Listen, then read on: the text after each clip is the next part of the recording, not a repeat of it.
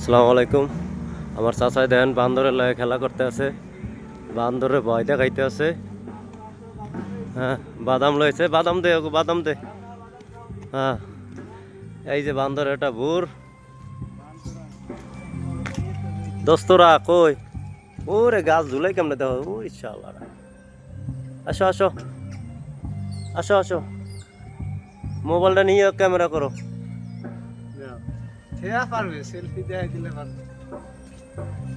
তোমাদের ভিডিও করে নিচ্ছি, বুঝছো?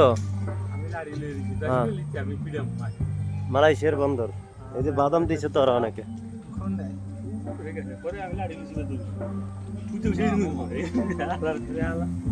চাচা লাঠি লইছে।